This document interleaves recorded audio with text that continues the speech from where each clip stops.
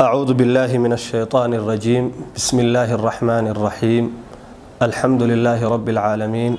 وأصلي وأسلم على المبعوث رحمة للعالمين نبينا محمد وعلى آله وصحبه أجمعين. أما بعد، ummadda islaamka si guud waan salaamayaa, ummadda Soomaaliyeedna si gaar ah ayaan u salaamayaa dhamaantood. Waxaan leeyahay assalaamu calaykum waraxmatullaahi wabarakaatuh. salaanta kadib walaalayaal, waxaan doonayaa insha Allah tacaala inaan barnaamij yar oo muddo yar kooban qaadanaya inaan halkan ku soo gudbiyo oo arrimo dhowr ah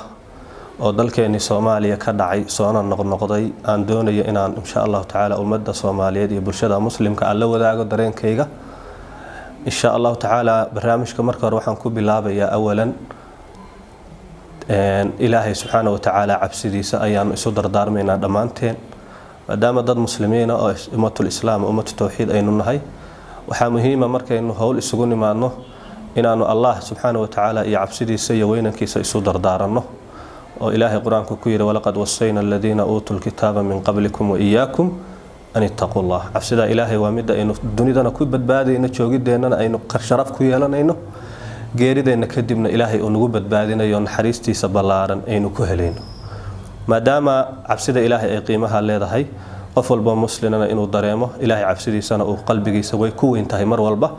وشيء آد مهمة وأنا بدبادة اللي بدت داره دنيدا قفكي بدبادة دون ينوح كهلي كرا الله وكعب صده qofkii aakhirad doonaya inuu badbaado cadaabka iyo carada Ilaahay ka badbaadana wuxuu ku badbaadi karaa waa cabsida Ilaahay. si guud marka cabsidaas ayaanu dardaaran u dirayaa, nafteedana waan ugu hormarinayaa. midda xigta waxaan dirayaa tacsi guud oo ku saabsan dhammaan cid walba oo waxyeello loogu geystay wadanka Soomaaliya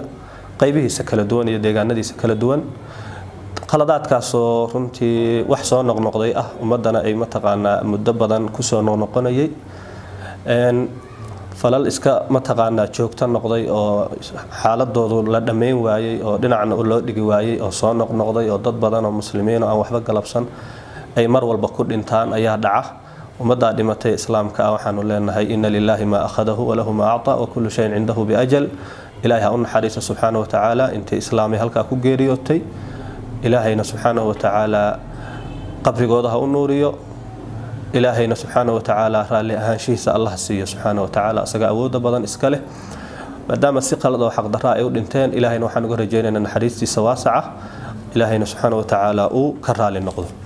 تعسيدا جود كذب ولا ليال إن وين أجنهي ضد والصوماليات بين النهي وضع جودن كي كدعية يحال هذا إسبدل ودن ككتيرنا مموجين waanu xaaladaanu la noolahay oo nolol maalmeedka iyaga kamid ah waxa dhaca waxyaabo fara badan oo runtii maqalkooda iyo aragooda midna aan jeclaysanaynin. sababtu waa maxay? waxa wanaagsan baa la jeclaystaayo wixii xun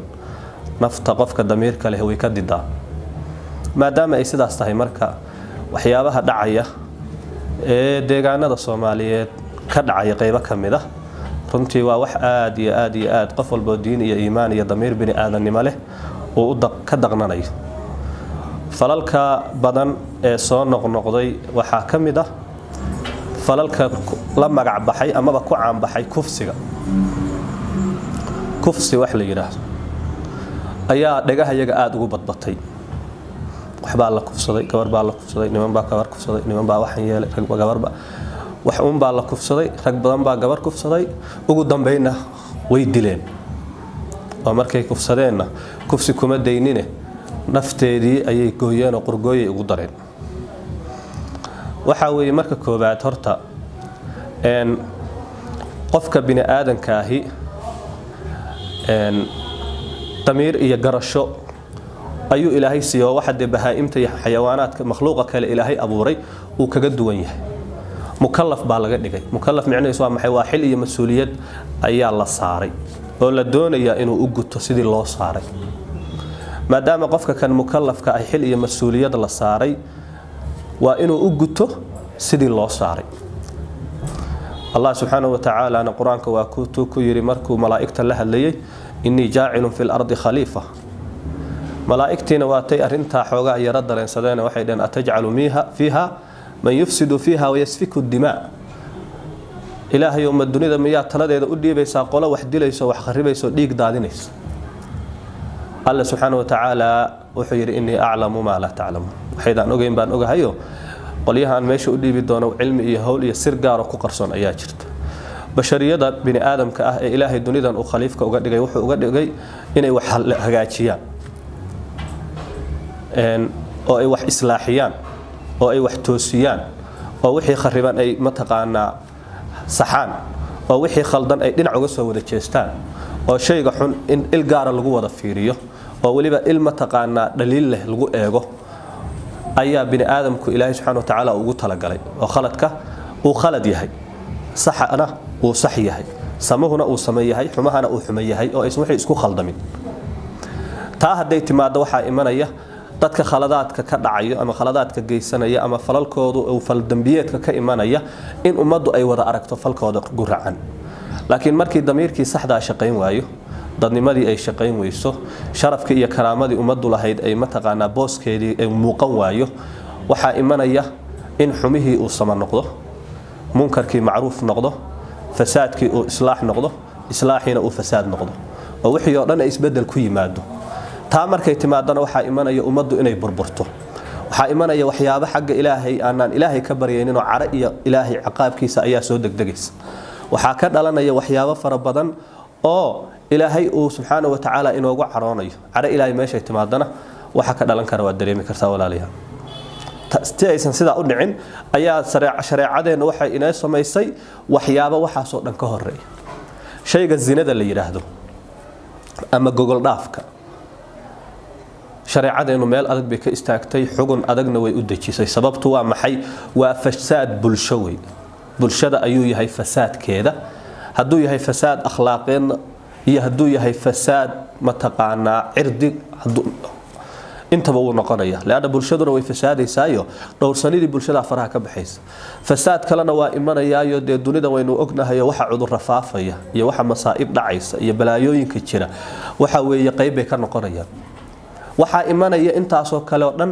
markii wax ilaahay xarimay ummadu xalaalaysato ama wax ilaahay xarimay subxaanahu wa ta'ala oo ilaahay meel adag geeyay la fududeysto oo meeshii lagu talay la geyn waayo ama xadkii iyo meeshii la mudnaa in la marsiin waayo sabab walba loo marsiin waaye waxa ka dhasha cuquubadaasi sida quraanka uu noo sheegay rabbigeen inuu quraankiisa inoogu sheegayna kuma ikaan doonto shakhsiyaadkii iyo dhowrkii qof ee falka geysa kuma ikaan doonto wuu baahaya wuu ballaaranaya guri walba uu galaya albaab walbana wuu garaacaya fasaadkaas dabadeedna wuxuu gaarayaa heel cid wax ka qabata iyo meel laga soo dabaalo iyo cid ma taqaana is hortaagta la waayo oo cid walba ka xoog bato allana quraanka wuxuu ku yiri wattaqu fitnatan la tusibanna alladhina zalamu minkum khassa wa'lamu anna allaha shadidul iqab ogaada inaysan fitnadu ku dhacayn kuwii sameeyay oo kaliya kuma dhacayso qof walba oo kamida bulshada kii raba iyo ka rabinba way ku dhacaysaa ilaahayna subhanahu wa ta'ala wuxuu yiri wama kaana rabbuka liyuhlika alqura bidhulmin wa ahliha muslihun ilaahay qoom iyo ummad iyo qariyad iyo deegaan iyo ummad ku nool ma halaago gardara kuma halaago ayagoo ehelkoodu ay muslixiin oo wax islaaxinayaan ay yihiin laba kala jirto saalix iyo muslix saalix waa midka naftiisa u wanaagsan waa sooma waa salaada waa sadaqaysa allahu ka cabsada waa cibaadaysta laakiin waxa uu sameeyo asaga ma dhaafsiisna waa wax asaga ku kooban shakhsiyadiisa ma dhaafsiisna muslixu laakiin naftiisana wuu hagaajiyaa markuu naftiisa hagaajiyana bulshada inteeda kale ayuu u gudbiyaa wanaagii wixii xumaa abuu radiyaa falka xumbu is hortaagaa dadka xumaha sameynaya ayuu mataqaanaa xujada ku oogaa dadka mudan inay hawshan ka hadlaan ayuu baraarujaxo dhahan kaalinkiina qaata qofka muslixa inta ummadda ku dhex jiro ilaahay ma halaaga sida rabbigeen noo sheegay subxaanahu wa ta'ala laakiin ummaddu haday wada saalixiin yihiin fasaadka laakiin ay radin waayaan oo xumaha ka hortagi waayaan waxa shareecada iyo curfiga ku xun ay ka hortagi waayaan ciqaab baa imanaya anigu saalix baan ahaa iyo anigu sheekh baan ahaa iyo anigu shariif baan ahaa iyo anigu odayka baan ahaa iyo anigu hooyo maskiin oo guri joogtaan ahaa midna ka socon mayse waa la isku keen xaab qaadaya hadhowtina ilaahay horti baad ku kala baxaysa kiini khaldanaa iyo kii laga khaldanaaba laakiin dunida wixii ka dhaca ee cuquuba ah safmar bay u dhacayaan taa waa midaas oo waa shareecadu sida ay kaga mataqaana arinta la yiraahdo mataqaana shayga xun in laga aamuso oo la radin waayo waxyaabii reer banu Israa'iil Ilaahay ku halaagay waxa kamid ah sida quraankeenu noo sheegay kaanu la yatanahawna am munkarin fa'aluhu waxay ahaayeen munkarka iyo xumaha ay sameeyaan iskamayna reebi jirin munkarka mayna radi jirin alla wuxuu yiri la bi'sa ma kaanu yaf'alun waxay faleen oo sameeyeen ayaa wax baas leh xun waa lagu dhaliilay laguma amaanin bal ciqaabkii ku yimid ee dabar gooyay buu qayb ka ahaa dadka xumaha ka shaqeynaya markuu xumuhu yimaado markuu dhibku yimaado ayagii ma raadsanaya laakiin wuu wada taabanay sababtoo maxay waxa la waayay cid waxa radisa ka hortimaada dhaliisha radisa fal ama qowl ama cid walba meel bay kaga aadan tahay hawshe cid walba kaalinkay kaga aadaneed ka istaaga ayaa la waayay taana waxay keentay in cara ilaahay oo caamati maado ilaahay baan caradiisa ka magan galayna taasi waa qodobka zinada la yiraahdo oo aanu bilownay markii hore zinadu waa shay kabiira min kabaa'ir dunuub ah waa shay sidaanu sheegnay bulshada diinteeda iyo akhlaaqdeeda iyo jiritaankeeda iyo caafimaadkeeda iyo sunniyad samideeda intaba fasaad ku keenaysa shariicaduna meel adag bay istaajisay xugun adag bay ka soo saartay ninkan hore guur u soo maray ama gabadhan guur soo marina 100 jeedal lagu dhuftaa la yiri ninkii guur soo marana dhagax lagu dilaaliyo ayadoo shariicadu zinada halka geysay oo sida adag uga hadashay oo mowqifka adag ee aadka u xoog badan ee shariicadeenu qaybaha badan iska taagtay ayaa waxa dhacaya inta gabar muslimada oo miskiin ah oo aan wax dambi lahayn oo waxay galabsatay aysan jirinin la xoogo oo niman wax isku sheegay anigu nin ma oran kare laana nin waa midka waxa xun ka daqnada nin marka la yiraahdo ereyga nin la yiraahdo waa hadal waa magac ah nin mas'uul ah wax garad ah naxariista wax ixtiraama wax xushmeeya wax qadariya wax soo reebta sariig leh ficilooda ka dhiidhiya wixii xun ayaan anigu nin u aqaana laakiin kuwa niman la moodka ah ee magaca ka sita ragga la wadaaga laakiin aan wixii rag lahaa iyo qiimihii rag lahaa midna aan lahayn ayaa waxa lagu leeyahay 7 rag isku sheega ayaa gabar kufsaday markay kufsadeen oo faraxumeeyeen oo cirdigeedii nooc walba ugu tunteen ayay hadana qurgooyo ugu dareen oo way beddeleenba waxa su'aal leh dadka kani miyaysan islaam ahayn dadka kani miyaysan damiir lahayn dadka kani miyaysan wax yar oo in yar oo xishoodana miyuusan jirin in yar oo sariig ah miyuusan jirin ninka falkan ku kacaya miyuusan ogeyn inay gabar la dhalatay miyuusan ogeyn inay hooyo dhashay miyuusan ogeyn inay habaryar u leeyahay inuu eedo leeyahay inuu ayeeye leeyahay inuu gabdho dhan walba ay kaga xeeran yihiin ama kaga wareegsan yihiin miyuusan inta ka sokow ogeyn gabadhan uu faraxumeynaya inta in la ego raga inay ku xeeran yihiin inay aabba leedahay oo walaal leedahay oo abti leedahay oo adeer leedahay oo eedo ayeeye oo awow ay leedahay ina adeer ay leedahay u daqnada miyuusan fiirinin miyuusan aaminsanayn ama damiirkiisu siinaynin waxaan uu asagu sameynayo in walaashi lagu sameeyo inuu raali ka ah walaashi miyuu ogol yahay in waxa uu gabadhan walaashiisa muslimadda ee maskiinta ku sameeyay in lagu sameeyo miyuu ogol yahay in hooyadii lagu sameeyo ma ogol yahay in eedadii lagu sameeyo ma ogol yahay in habaryartii lagu sameeyo ma ogol yahay in dadka ugu dhow ee hablaha ugu dhow ee asaga xigtadiisa ah falka noocaana in lagu sameeyo ma ogol yahay jawaabta anagoo dhan aanu fahmi karayna waxa weeye maya ma ogola hadaba damiirku wuxuu keenayaa dadnimadu waxay keenaysaa iimaanku wuxuu keenayaa shakhsiyadda iyo wanaaga ilaahay kugu abuuray wuxuu keenayaa intaasoo dhan inaad xeeriso oo aad ka hor qiimayso oo aad ma taqaanaa tiraado waxan aad sameynayso ma yihiin wax mudan inaad samayso inaad isweydiiso laana waa maxay ilaahay subxaanahu wa ta'ala aqli buu ku siiyay manaadu takliif wax la yiraahdo waxa wax mas'uuliyadda lagu saaray ee xayawaanaadka kale lagaaga duwaya oo looda iyo geelaya ariga iyo dawcada iyo bisadaha iyo libaaxyada iyo dhurwaayada lagaaga soo leexiyay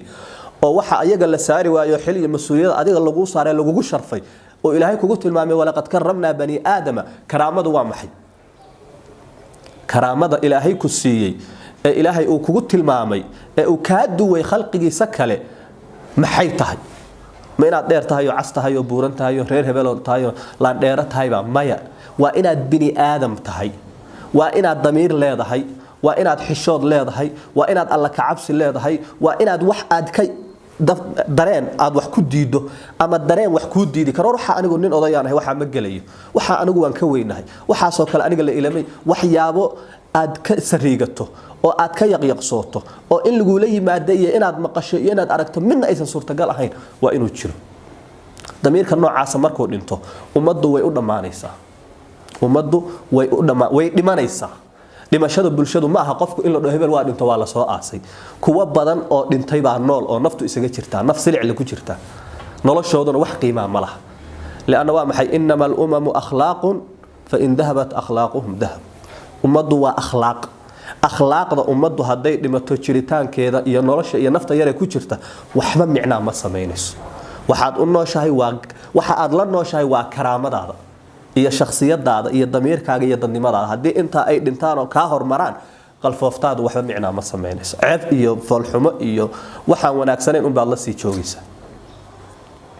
falkaasi dilka ah ee kufsigu ka horeeyay ee waliba sida arxam darrada gabadha yar ee miskiinta Caaisha Ilyas Aadan ee 12 jirka loogu geystay magaalada Gaalkacyo ee la sheegay rag tira inta la eegay 7 iyo wax ka badan la sheegay inay u geysteen arin aad iyo aad looga xumaado oo runtii dareen naxdin leh oo argagax leh oo walbahaar iyo tiiraanya leh oo runtii de wax allaala wax lagu cabiro ama lagu cabiri karaba aysan jirin runtii waa arin nasiib darro waa arin inay dhacdo ay nasiib darro tahay waxa nasiib darro kala ah in bulshadu ay falalka nooca iyo kuwa lamida ku soo noqnoqdaan khaasatan magaalada Gaalkacyo si guud dalka Soomaaliya si gaarana magaalada Gaalkacyo inay ugu soo noqnoqdaan aad bay nasiib darro u tahay shayguna markuu meel ku soo noqnoqdo waxa jira shay uu dugsanayo kale shayga markuu soo noqnoqdo oo cudurka la bixin waayo waxa jira ama bacteria ama virus xoog leh oo kalifaya cudurka inuu suuli waayo jira haddaba magaalada Gaalkacyo dad sharaf leh baa degan dad ahlul karama degan dad xishooda degan dad damiir bini aadanimo leh baa degan dad diin leh baa degan dad mataqaana waligood lagu yaqaanay dhaqan suuban oo xishood iyo sharaf iyo karaamo iyo waliba gabadha Soomaaliyeed meel adag ka istaaga bal hal gabar oo la waxyeelay 100 nin ay god u gasho ayaa ku nool aan garanaynaay ognahay dadkii noocaas ah waxaanu leenahay maxaa dhacay mee damiirkii mee dadnimadii meeday diintii meeday xuquuqdii gabdhaha iyaga Soomaaliyeed ee muslimiinta waxa weeye in shakhsi walba oo bulshada kamid ah reer Gaalkacyo doorkiisa u qaata la doonayo waxaan dhowr qodob kala hadlayaa dawladda iyo maamulka Puntland mid baan leeyahay isimada iyo odayaasha dhaqankana mid baan leeyahay culimadana mid baan leeyahay bulshada inteeda kalena mid baan leeyahay si gaar ahaan dhalinyarada ragga ah iyo gabdhahana mid baan leeyahay kow Puntland iyo maamulka dawliga ee ka jira waxaan leeyahay mas'uuliyadaas ummaddu idin dhiibatay ee la idin doortay ee la idin dhaariyay Ilaahay uga cabsado haddaad doonaysaan inaad dunida nabad ku joogtaan oo masaa'ibta iyo aafooyinka dhacaya aad ka badbaadaan cadaaladdu waa shayga jiritaanka ummadda lafdhabarta u ah dadka bini aadanka ahi xoolo lama deeqsiin karo laakiin waxa la deeqsiin karaa cadaaladdu waa mid keenta in ummadi sii jirto waliba ayadoo wanaagsan waa mid keenta ummad islaama inay dabar go'do sida culimada muslimiintu ay leeyihiin qaarkood dawlad gaalada oo caadilada oo shacabkeeda iyo raciyadeeda u cadaalad sameeyay Ilaahay waa daaya laakiin dawlad muslimad sheeganaysa oo dhaalimada oo ummadeeda iyo raciyadeeda dulminaysa Ilaahay waa dumiya subhanahu wa ta'ala sababtu waa maxay dulmiga shayga la yiraahdo Ilaahay asaga naftiisa aziizada ka xarimay ya ibadi inni haramtu dhulma ala nafsi waja'altuhu baynakum muharraman fala tadhalamu hadithul qudsi ga sahih muslimka lagu warinaya saxaabi Abu Dharr al-Ghifari laga warinay walaalayaal maadaama ay sidaas tahay maamulka Puntland waxaan leeyahay falal dambiyeedka dhacaya ka qaata talaabada ku haboon in la xiro ayaan kadibna la iska sii daayo wax soconaya ma aha mafsadadana ma joogsanayso mana hakanayso berina way iman doontaa hadii maanta wax laga qaban waayo sida aanu Ilaahay iyo sunnadiisa uga baranay waxa weeye albaab walbay soo garaacaysa nin walba madax iyo majaba mid walba oo umada kamida albaabka igu soo galaysa ama ka raali noqo ama ha ka raali noqoni sida daraadeed ayaa Ilaahay subhanahu wa ta'ala wuxuu ina barayaa shayga intuu sadhicin ka hor in laga hortago maamulka Puntland waxa leena dadka fal dambiyeedkaasi galay shareecadaha islaamka loo bandhigo dil bay geysteen qof 10 qof haday hal qof dilkii wadaagaan oo ay ku cadaato waa in tiirka la geeyo waa inaan wax ka sokeeyo oo la aqbalaahi jirin ilaahay wuxuu yiri walakum fil qisaasi hayatun nolol baa ku jirta dadka fal dambiyeedka geeyay waa in ay maraan cadaaladda Allah subhanahu wa ta'ala cadaaladuna waxay ku jirtaa kitaabka ilaahay oo laga run sheego waa shardi in laga run sheego kitaabka ilaahay subhanahu wa ta'ala waa dhamaystir waa manhaj dhamaystiran wax ka maqan ma jiro ma farratna fil kitaabi min shay wir ilaahay subhanahu wa ta'ala kitaabka munazzalka ah ee cadaaladda ku salaysan ee xikmadda ku salaysan ee dhamaystiran ha loo bandhigo dabadeedna dadkaasi ha heleen wixii ay mudnaayeen si quluubta dadkii la dhaawacay ay u biskooto falkana uu noqdo fal aan soo noqon ilaahay markuu fircoon halaagay oo halaagii fircoon uu dhacay jirmigiisii iyo macnaha jirkiisii ciidu ma cunin mana baabi'ina wuu yaala ilaahay muxuu ugu talagalay alla wuxuu yiri fal yawma nunajika bi badanika litakuna liman khalfaka aaya maanta jirkaagaanu badbaadinayna oo baabi'i mayso ciidu ku cuni mayso sababtuna waa maxay litakuna liman khalfaka aaya kuwa adiga ka dambeeya adiga dabada iman doona inay noqdaan cibro ay wax ku qaataan maxay ilaahnimaad sheegatay ha arkeen meeshaad martay ha arkeen waxaad la kulantay ha arkeen ducfigaaga iyo tabadaradaada iyo liinaantaada iyo malcuunimadaada ha arkeen dabadeedna waanaha u noqoto dadka kan ha u noqdeen kuwa ayaga ka dambeeya cibro waa in ay helaan wixii ay mudnaayeen waa dil waa in la laayo laana waa maxay waa wadadii bay xireen jidkii la isu mari lahaa ummadu mari lahayd 12 jir billaahi calaykum ninka dilaya intuu kufsado oo indhaha ka soo saaraya ee dhibaatada inta leeg u geysanaya muxuu soo wadaa yuu cafinaya yuu deynaya yuu badbaadinaya muxuu xeerinaya muxuu qiimo oo karaamo leeyahay muxuu micno u sameeynaya midka maanta dugsanaya ama qabiil u dugsanaya ama waa dhalay ama u dugsanay ama waa qaraabo kale u dugsanay ama maslaxad gaar oo kale aan micno lahayn u eegaya maxay micno sameynaysaa dadkaasi waa in la laayo si ayaga kuwa dambeeya badbaado ay u noqoto culimada muslimiinta Soomaaliyeed waxaan leeyahay doorkiina culimanimo qaata ilaahayna uga cabsada oo xukunka shareecada islaamku sidii ay ahayd u waafajiya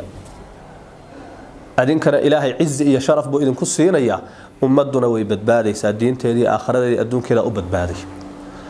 isimada iyo dhaqanka iyo salaadiinta iyo uqaashi waxgaradka si guud waxaan u leeyahay adinkuna doorkiini hawsha ah ummadda adinka dhaqankii u haya adinka ayaa ummadda mataqaana horjoog u ah adinka ayaa ummadda wanaageeda iyo samaheeda adinka idinku tuhmayaan arinta ka cadaalad sameeya laana marar badan baa waxa dhacda in la yiraahdo odayaal baa wada hadlayo hawsha odayaal baa dhameey arintaasi saad wax ku dhameynaysaan ilaahay uga cabsada hadii kale wallahi oo billahi oo tallahi guriyihiina soo galaysa hadhowna ma heli doontid xal sababtu waa maxay aljazaa'u min jinsi al'amal waxaad adigu maanta dhigato ayaad bari helaysaa ninkii gabayaagana waa tuulaha dhasha nin darbaa xaqooda dugsaday dhaqayadeed maal dhashaaday sugtaa xaajadaad dhowrataa abid sidaa daraadeed hawshan hadaan maanta fududaysataan oo aad tiraahdaan adiga kuuma taale wiilka yare saanay aad odayga u tahay badbaadi bari markay gurigaaga ka dhacdo adiguna badbaadi maysid kan kalena badbaadi maayo shayga xunna waa la iska fogeeyaa hangool gana dheer baa la isaga qabtaa arintaasi si wanaagsan u gala khayr Allah insi bulshada muslimiinta ee Soomaaliyeed si guud si gaar ah bulshada reer Galkacyood dhalinyarada gaar ahaan waxaan leeyahay dhalinyaroy mustaqbal baad leedihiin nolol badan oo qurux badan baad sugaysaan wanaag baad ilaahay ka doonaysaan aabi hooyo doonaysaa inaad bixin noqotaan ilaahay ka cabsada waliba dhaga dhalinyarada Soomaaliyeed ma aha inaan wax ka sheegay laakiin waa dareen fariin aan gudbinayo dadka falalka xun sameynaya ha u noqonina garbo laana ilaahay wuxuu leeyahay subhanahu wa ta'ala wala takun lil khaa'inina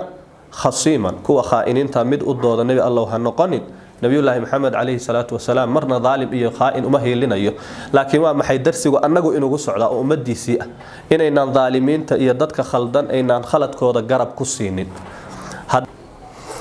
ma sha Allah walaalayaal marka waxa weeye in shakhsi walba oo bulshada kamid ah reer Galkacyo doorkiisa u qaata la doonayo waxaan dhowr qodob kala hadlayaa dowladda iyo maamulka Puntland mid baan leeyahay isimada iyo odayaasha dhaqankana mid baan leeyahay culimadana mid baan leeyahay bulshada inteeda kalena mid baan leeyahay si gaar ahaan dhalinyarada ragga ah iyo gabdhahana mid baan leeyahay kow Puntland iyo maamulka dawliga ee ka jira waxaan leeyahay mas'uuliyadaas ummaddu idin dhiibatay ee la idin doortay ee la idin dhaariyay Ilaahay uga cabsado haddaad doonaysaan inaad dunida nabad ku joogtaan oo masaa'ibta iyo aafooyinka dhacaya aad ka badbaadaan cadaaladdu waa shayga jiritaanka ummadda lafdhabarta u ah dadka bini aadanka ahi xoolo lama deeqsiin karo laakiin waxaa la deeqsiin karaa cadaaladdu waa midda keenta in ummadi sii jirto waliba ayadoo wanaagsan waa midda keenta ummad islaama inay dabar go'do sida culimada muslimiintu ay leeyihiin qaarkood dawlad gaalada oo caadilada shacabkeeda iyo raciyadeeda u cadaalad sameeyay Ilaahay waa daaya laakiin dawlad muslimad sheeganaysa oo dhaalimada oo ummadeeda iyo raciyadeeda dulminaysa Ilaahay waa dumiya subhanahu wa ta'ala sababtu waa maxay dulmiga shayga la yiraahdo Ilaahay asaga naftiisa aziizada ka xarimay ya ibadi inni haramtu dhulma ala nafsi waja'altuhu baynakum muharraman fala tadhalamu hadithul qudsiga sahih muslimka lagu warinaya saxaabiga Abu Dharr al-Ghifari laga warinay walaalayaal maadaama ay sidaas tahay maamulka Puntland waxaan leeyahay falal dambiyeedka dhacaya ka qaata talaabada ku haboon in la xiro ayaan kadibna la iska sii daayo wax soconaya ma aha mafsadadana ma joogsanayso mana hakanayso berrina way iman doontaa haddii maanta wax laga qaban waayo sida aanu Ilaahay iyo sunnadiisa uga baranay waxa weeye albaab walbay soo garaacaysa nin walba madax iyo majaba mid walba oo umada kamida albaabka igu soo galaysa ama ka raali noqo ama ha ka raali noqoni sida daraadeed ayaa Ilaahay subhanahu wa ta'ala wuxuu ina barayaa shayga intuu soo dhicin ka hor in laga hortago maamulka Puntland waxa leena dadka fal dambiyeedkaasi galay shariicada islaamka loo bandhigo dil bay geysteen qof 10 boqol qof haday hal qof dilkii wadaagaan oo ay ku cadaato waa in tiirka la geeyo waa inaan wax ka sokeeyo oo la aqbalaahi jirin ilaahayna wuxuu walakum fil qisaasi hayatun nolol baa ku jirta dadka fal dambiyeedka geeyay waa in ay maraan cadaaladda Allah subhanahu wa ta'ala cadaaladuna waxay ku jirtaa kitaabka Ilaahay oo laga run sheego waa shardi in laga run sheego kitaabka Ilaahay subhanahu wa ta'ala waa dhamaystir waa manhaj dhamaystiran wax ka maqan ma jiro ma farradna fil kitaabi min shay wir Ilaahay subhanahu wa ta'ala kitaabka munazzalka ah ee cadaaladda ku salaysan ee xikmadda ku salaysan ee dhamaystiran ha loo bandhigo dabadeedna dadkaasi ha heleen wixii ay mudnaayeen si quluubta dadkii la dhaawacay ay u biskooto falkana uu noqdo fal aan soo noqon Ilaahay markuu Fircoon halaagay oo halaagii Fircoon uu dhacay jirmigiisii iyo macnaha jirkiisii ciidu ma cunin mana baabi'ina wuu yaala Ilaahay muxuu ugu talagalay alla wuxuu yiri fal yawma nunajika bi badanika litakuna liman khalfaka aaya maanta jirkaaga aanu badbaadinayna oo baabi'i mayso ciidu ku cuni mayso sababtuna waa maxay litakuna liman khalfaka aaya kuwa adiga ka dambeeya adiga dabada iman doona inay noqdaan cibro ay wax ku qaataan maxay ilaahnimaad sheegatay ha arkeen meeshaad martay ha arkeen waxaad la kulantay ha arkeen ducfigaaga iyo tabadaradaada iyo liinaantaada iyo malcuunimadaada ha arkeen dabadeedna waanaha u noqoto dadka kan ha u noqdeen kuwa ayaga ka dambeeya cibro waa in ay helaan wixii ay mudnaayeen waa dil waa in la laayo laana waa maxay waa wadadii bay xireen jidkii la isu mari lahaa ee umadu mari lahayd 12 jir billaahi calaykum ninka dilaya intuu kufsado oo indhaha ka soo saaraya ee dhibaatada inta leeg u geysanaya muxuu soo wadaa yuu cafinaya yuu deynaya yuu badbaadinaya muxuu xeerinaya muxuu qiimo oo karaamo leeyahay muxuu micno u sameeynaya midka maanta dugsanaya ama qabiil u dugsanaya ama waa dhalay ama u dugsanaya ama waa qaraabo kale u dugsanaya ama maslaxad gaar oo kale aan micno lahayn u eegaya maxay micno sameynaysaa dadkaasi waa in la laayo si ayaga kuwa dambeeya badbaado ay u noqoto culimada muslimiinta Soomaaliyeed waxaan leeyahay doorkiina culimanimo qaata ilaahayna uga cabsada oo xukunka shariicada islaamku sidii ay ahayd u waafajiya adinkana ilaahay cizi iyo sharaf buu idinku siinaya ummaduna way badbaadaysaa diinteedii aakhiradeedii adduunkeeda u badbaaday isimada iyo dhaqanka iyo salaadiinta iyo uqaashi waxgaradka si guud waxaan u leeyahay adinkuna doorkiini hawsha ah ummadda adinka dhaqankii u haya adinka ayaa ummadda mataqaana horjoog u ah adinka ayaa ummadda wanaageeda iyo samaheeda adinka idinku tuhmayaan arinta ka cadaalad sameeya laana marar badan baa waxa dhacda in la yiraahdo odayaal baa wada hadlayo hawsha odayaal baa dhameey arintaasi saad wax ku dhameeynaysan ilaahay uga cabsada hadii kale wallahi oo billahi oo tallahi guryihiinay soo galaysaa hadhowna ma heli doontid xal sababtu waa maxay aljazaa'u min jinsi al'amal waxaad adigu maanta dhigato ayaad bari helaysaa ninka gabayaagana waa tuulaha dhasha nin darbaaxa quureed dugsaday dhaqayadeed maal dhashaaday sugtaa xaajadaad dhowrataa abid sidaa daraadeed hawshan haddaad maanta fududaysataan oo aad tiraahdaan adiga kuuma taale wiilka yar ee saanay aad odayga u tahay badbaadi berri markay gurigaaga ka dhacdo adiguna badbaadi maysid kan kalena badbaadi maayo shayga xunna waa la iska fogeeyaa hangool gana dheer baa la isaga qabtaa arintaasi si wanaagsan u gala khayr Allah insi bulshada muslimiinta ee Soomaaliyeed si guud si gaarna bulshada reer Gaalkacyood dhalinyarada gaar ahaan waxaan leeyahay dhalinyaroy mustaqbal baad leedihiin nolol badan oo qurux badan baad sugaysaan wanaag baad Ilaahay ka doonaysaan aabi hooyo doonaysa inaad bixin noqotaan Ilaahay ka cabsada waliba dhaga dhalinyarada Soomaaliyeed ma aha inaan wax ka sheegay laakiin waa dareen fariin aan gudbinayo dadka falalka xun sameeynaya ha u noqonina garbo laana Ilaahay wuxuu leeyahay subhanahu wa ta'ala wala takun lil khaa'inina khasiman kuwa khaa'iniinta mid u dooda nabi Allah ha noqonin nabiyullaahi maxamed alayhi salaatu wasalaam marna dhaalim iyo khaa'in uma heelinayo laakiin waa maxay darsigu annagu inugu socdaa oo ummadiisii ah inaynan dhaalimiinta iyo dadka khaldan aynaan khaladkooda garab ku siinin haddaan u heelinaynana waa inaanu xaq ugu heelino nabigu markuu yiri unsur akhaaka dhaaliman aw madluuman saxaabi baa weydiiyay wuxuu nabi Allah hadduu gardaran yahay hadduu laga gardaran yahay waan u heelin karaayo waan isgarab taagi karaa hadii se uu gardaran yahay asagu khaldan yahay see ugu heeliyaa nabi sallallahu alayhi wasallam wuxuu gacantiisa aad qabanaysaa iyo dulmiga aad ka celinaysaa saasaad ugu heelinaysaa qofka dhaalimka waa inaanu gacantiisa qabanno oo aanu si wada jira u qabanno khaladkiisana uu asaga ku cadaabo maaha in garab lagu siiyo maaha in reer hebel loogu taageero maaha in aanu saaxiib loogu taageero maaha in siyaabo kale iyo waxyaabo aan qiimo lahayn loo tixgeliyo toona laana waa virus kuna cid walba bari gaaraya waa in viruska meeshiisa uu ku baabao lagu dilo oo lagu baabi'iyo maxayna ku imanaysaa in qof walba oo damiir leh oo arinta ka dhiidhiyo waxaan idin leeyahay marka dhalinyaroy arintaasi bari mustaqbal baad doonaysaan aabbaad doonaysaa inaad noqoto waxaad doonaysaa nolol farxad leh inaad hesho meena heli doontid haddaadan wadadii farxadda aad ku leeyahay aadan